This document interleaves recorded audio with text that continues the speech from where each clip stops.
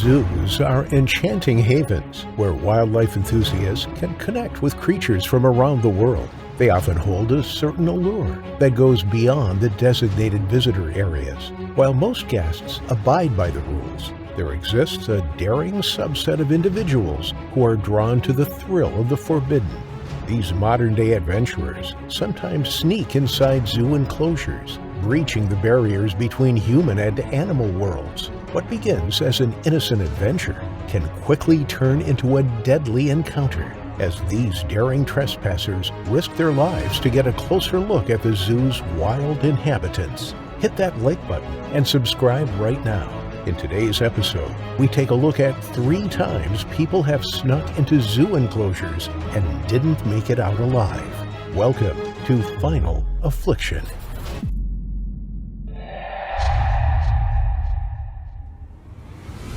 In Bahai City in South China's Guangxi Zoo Autonomous Region lies a holiday resort called Yintan, or Silver Beach. But this wasn't just any holiday resort. Silver Beach provided deadly entertainment. Typically regarded as the greatest beach in China, the beach is covered in the finest quartz sand that glints and shimmers in the golden sun. It draws people from all over the country and is popular with its water sports and swimming facilities. Beside the beach is the holiday resort, which is full of entertainment for all the family. One form of entertainment were the crocodile shows. Inside a small enclosure, 11 crocodiles feasted on chunks of dead meat thrown into the water or held high in the air for them to leap up to, sometimes jumping 5 feet into the air.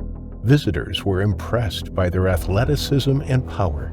But the crocodile pool served another purpose for the local children. It had become a bit of a ritual for children from the surrounding primary schools to sneak into the crocodile enclosure and dare each other to get as close as possible to the enormous reptiles. Only those who were brave enough would climb the low-lying wall and drop down into the lair. Armed with wooden sticks, the youngsters would run up to the nearest crocodile and whack it on the head before running back out of the enclosure. It was a cruel form of entertainment, but one which gained the children respect amongst their peers. On April 20th, 2007, a 9-year-old boy called Liu Haiyang was up to mischief. At around 6 p.m. that evening, he and 3 of his friends from CNTN Primary School walked towards the holiday resort. They were each up for the crocodile challenge and walked to the enclosure armed with wooden sticks, slingshots, and handfuls of rocks and pebbles. The resort was quiet. There was nobody about as it was closed for the evening, but the gates weren't locked shut. It was easy to get into, and there was no security. The children walked quickly across the grounds, keeping as quiet as possible. The wall surrounding the crocodile pool was only a meter high, and in some places as low as 55 centimeters, or 22 inches. It was by no means a secure enclosure either for keeping people out or the crocodiles in. In fact, there had been an incident a few years before which very much proved this point. Some of the crocodiles had managed to wriggle down a water drainage pipe that led from their enclosure out to the pristine sands of Silver Beach. Pandemonium had broken out as sunbathers and swimmers were suddenly exposed to several large crocodiles emerging onto the beach. Luckily, nobody was hurt during the mass escape, and the crocodiles were captured and returned to their enclosure, every one of them accounted for. That evening, as Liu climbed the concrete wall, he and his friends ignored the warning signs erected around the enclosure. They very clearly stated the dangers of crocodiles and warned anyone not to climb the wall. But that wasn't going to stop a group of excited 9-year-olds. They dropped down from the wall onto the ground. The crocodiles eyed them suspiciously. Some turned their heads as they basked on the sides of the pool. The children began loading up their slingshots and aiming them at the captive reptiles, pulling back firmly on the elastic and then releasing it.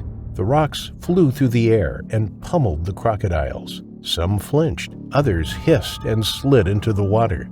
Then the real challenge began. One of the children ran up to a crocodile next to the water and, wielding a stick above his head, brought it crashing down on top of the crocodile. He immediately ran back to his friends, squealing with excitement.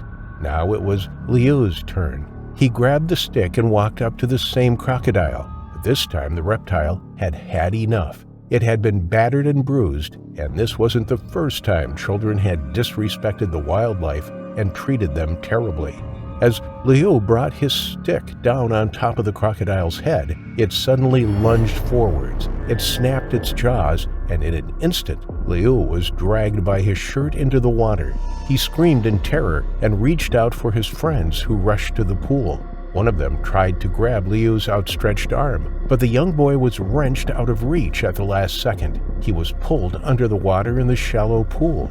Then, as the crocodile readjusted its grip and crunched down on the boy's torso, his friends could see Liu's eyes bulging when he momentarily resurfaced. They could see the terrified look in his eyes. He tried to scream, but no sound came out of his mouth. His friends tried once more to reach out and grab him, but it was too late. The other 10 crocodiles, excited by the commotion and smell of fresh blood, all slid into the water and began tearing at the boy. Liu's friends could only watch in horror as he was torn to shreds by the animals. A cloud of dark red dispersed across the murky water, and the children leapt out of the enclosure and ran for help. Their cries had been overheard by the crocodile keeper. Liu Jiazhen had been hired by the park's owner since the animals had escaped onto the beach.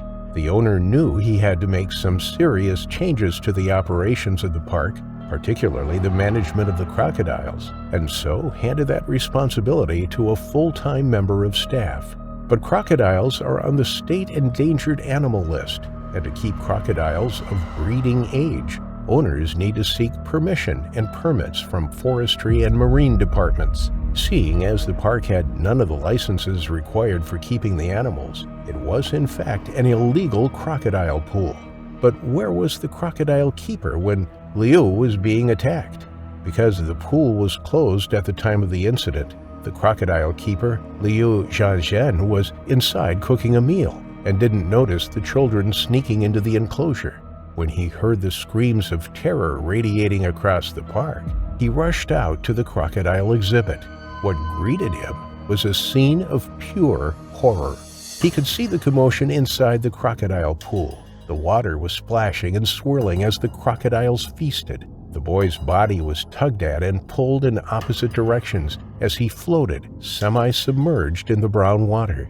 When police arrived on the scene, they called in special armed units. Snipers then lured the crocodiles out of the water with raw pork.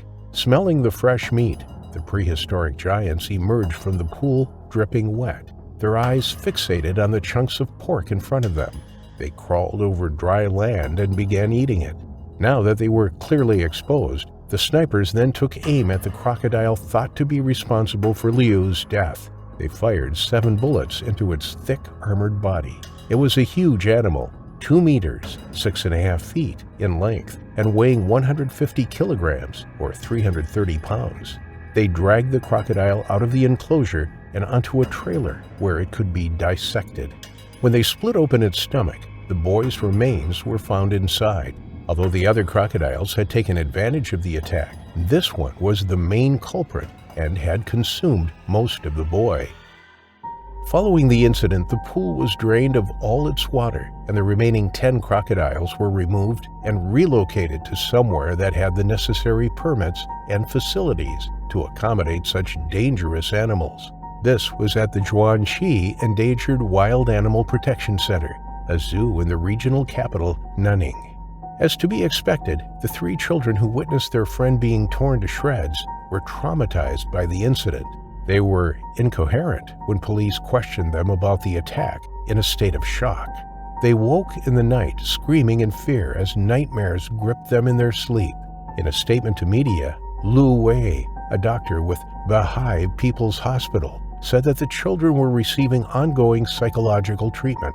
He urged staff and pupils at the school not to speak about the attack in front of them whilst they were trying to come to terms with the shock of the tragedy.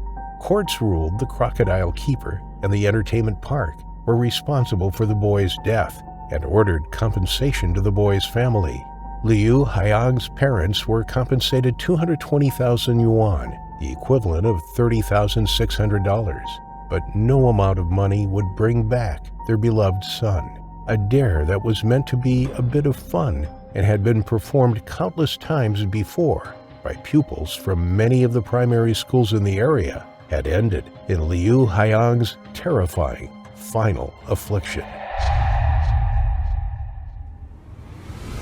Established in 1942, Bahawalpur Zoological Gardens are run by the Pakistani government.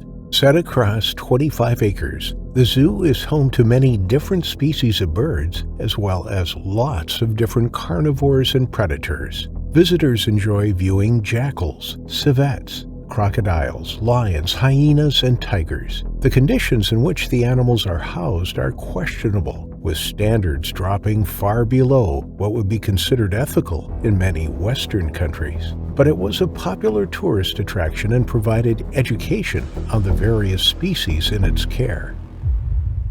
On Wednesday, December 6, 2023, cleaners got the fright of their lives when they turned up at the tiger enclosure. They made their way around the perimeter fence and into the indoor dens at the back. Inside, they could see the 3 tigers, but there was something sticking out of one of the tiger's mouths. When the animal turned its head fully to look at the cleaning staff, they realized that it was a shoe. It was a worrying sight, but perhaps a visitor had tossed it into the enclosure. Moments later, they came across a gruesome discovery. Lying on the hard brown mud was a body. It wasn't moving, and clearly had some serious injuries to its lower half. Immediately, emergency services were called, and the zoo was shut down. But as the investigation got underway, what appeared to be an open and shut case turned out to be something of a mystery.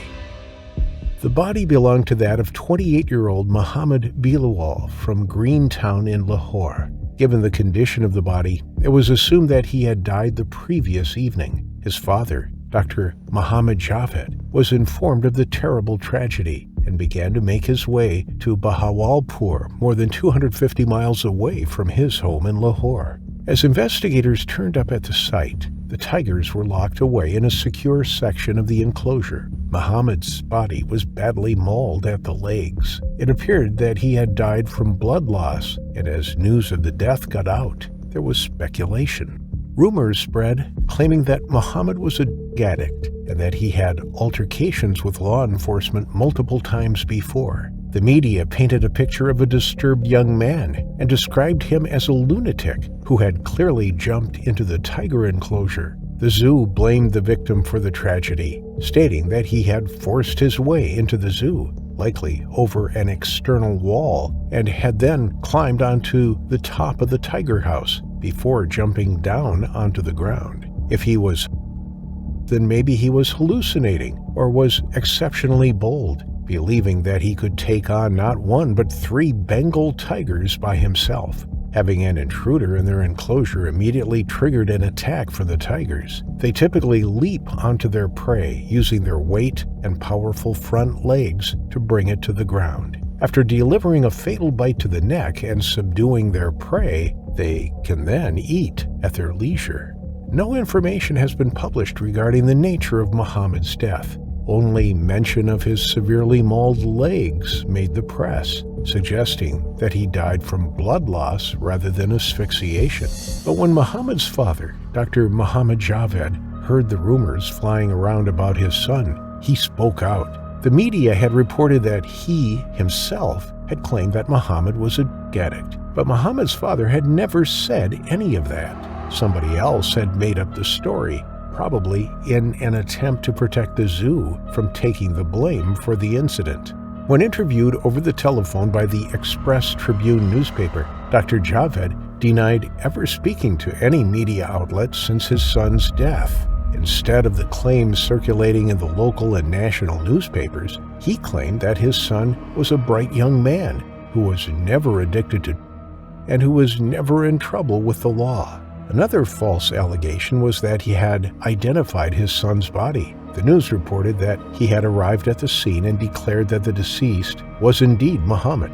But again, that was a blatant lie, as Dr. Javed had not yet arrived at the location when these claims were made. The identification came from an ID card found by zoo staff inside one of Muhammad's pockets. If Muhammad wasn't the lunatic the media and local government made him out to be, then what was he doing inside the zoo after closing time? And how did he get into the tiger enclosure? Zoo staff and lead investigators scoured CCTV footage of the zoo, but there was no evidence of Muhammad on the screens. They couldn't tell how he had even entered the zoo, let alone the tiger enclosure. Investigators needed to determine whether the zoo was at fault or if this was an isolated incident from a determined and traumatized young man. It seemed the zoo were hell-bent on trying to protect themselves by ensuring people believed that Muhammad deliberately put himself in harm's way, and no amount of fencing or high walls were going to stop him. It transpired that Muhammad had a fight with one of the zoo wardens, and as such, the zoo staff made these claims about him. It was far easier to make him out to be unstable than to accept responsibility themselves. With the initial false accusations about Muhammad, the idea that he deliberately entered the tiger's enclosure was believable. But now, knowing that these were false allegations, something else must have happened. His father believed that he slipped from the roof of the tiger house, landing heavily into their enclosure. His fall didn't go unnoticed by the tigers, and they immediately ran at him. As they circled the man, they swiped with their paws as Muhammad tried to get to his feet. But every time he almost stood up, he was knocked back down again. Then one of the tigers grabbed his leg in its jaws, and the others bit him repeatedly. Muhammad would have put up a fight, kicking with his legs and trying to break free. His screams for help went unanswered as the zoo was locked up for the night. He knew he was in trouble. He knew this was the end. Bengal tigers have a bite force of more than 1,000 psi. They can weigh more than 250 kilograms, 550 pounds. With potentially 3 of them bearing down on Muhammad, he didn't stand a chance. Although they were captive animals, they still had their natural killing instinct deep within them. Lead investigators said that it was clear that Muhammad was alive when he entered the predator's enclosure. The fall from the roof had not killed him. They were certain that the tigers had, but they had not feasted on his body. Once he had succumbed to his injuries, they had walked away, satisfied that the threat was over. However, the question still remains. What was he doing on the roof of the tiger den when he slipped into the enclosure in the first place? His father thinks that perhaps he was searching for a way out of the zoo, but if that is the case, it is not known why he was in the zoo after closing time. To try to establish the facts, the commissioner of Bahawalpur formed a 5-member fact-finding committee. The aim of the committee was to assess the break-in, the victim's motivation, and any security flaws the zoo were responsible for. Investigators accessed the tiger den, climbing onto the roof to look for evidence. So far, nothing has been published detailing exactly what happened to the 28-year-old.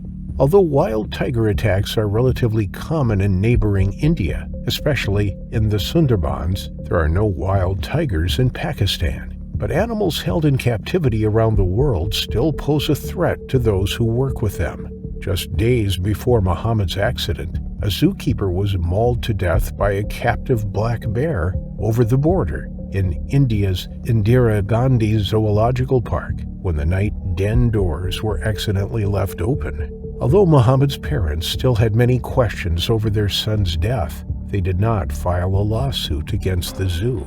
We may never know exactly what happened to Muhammad Bilawal, but his loss will be felt by all those who loved him. No matter how real his fate was, no one can truly imagine such a terrifying final affliction. The following story has few concrete details. It seems that no one is willing to talk openly about what happened at a small private zoo in Russia on December 2, 2017. Set within the Istra district, located 25 miles west of Moscow, lies the village of Obnovyeny Trud. The locals seemed to be a close-knit community. That is, except for one local in particular. Sergei Alexandrovsky made his millions in the airline industry, currently the chief executive officer at Rossiya Airlines. He spent his money on another passion of his, animals. In the early 2000s, he set up a private zoo at his home in the village. He opened it to paying guests. It was more of a menagerie than a zoo, with animals held in small enclosures, isolated, and with little in the way of environmental enrichment.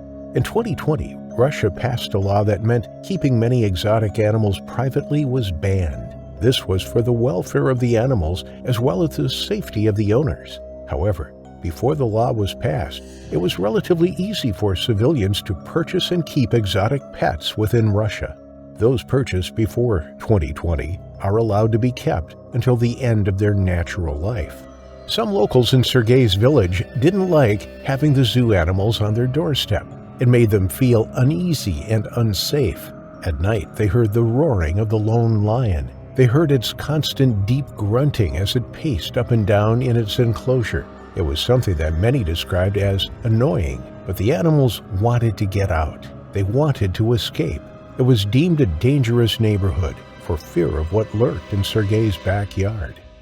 As well as housing a lion and a tiger, Sergei's zoo was also home to a black panther whose name was Milan. After 10 years without incident, except for some disgruntled neighbors, something was about to go horribly wrong. Security wasn't as tight as it perhaps should have been. People could walk right up to the big cat's cages, just inches from the animals' faces. Although the details are sketchy, and the following is a presumption from the zoo's owner, Sergei, it seems the most likely explanation for what happened that day. A Ukrainian man was staying with two of his friends nearby. It was a reunion of sorts, and the three of them were enjoying plenty of drinks when they decided to visit the zoo. Under the influence of a significant amount of alcohol, they began to behave mischievously, and one of them claimed that he could feed the black panther. He was bold and brazen, fueled by the alcohol in his system and the confidence it gave him as he walked up to the enclosure.